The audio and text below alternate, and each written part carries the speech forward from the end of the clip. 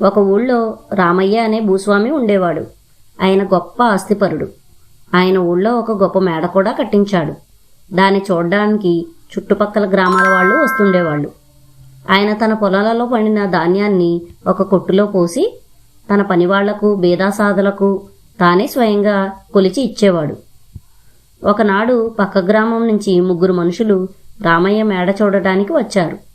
అప్పుడు రామయ్య తమ కూలీలకు పేదలకు ధాన్యం కొలవటం పూర్తి చేసి కింద పడిన గింజలను భద్రంగా ఏరి ధాన్యపు కొట్టులో వేస్తున్నాడు.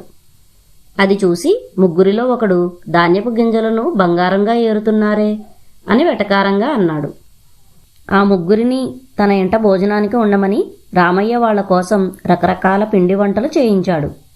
వాటి వాసనకే వాళ్లకు నోరూరింది. తరువాత రామయ్య వాళ్లను భోజనానికి తీసుకుపోయాడు. వాళ్ల ముందు విస్తళ్లలో వంటావిడ బంగారం ముద్దలు వడ్డించింది. ధాన్యం కన్నా విలువైన ఈ బంగారాన్ని ఆరగించండి అని రామయ్య వారిని వేడుకున్నాడు. వాళ్ళు వెంటనే తమ తప్పు తెలుసుకుని క్షమాపణ చెప్పుకుని రామయ్య పెట్టిన విందు భోజనం తిని వెళ్ళిపోయారు. మరిన్ని మంచి కథల కోసం మా ఛానల్ని సబ్స్క్రైబ్ చేసుకోండి.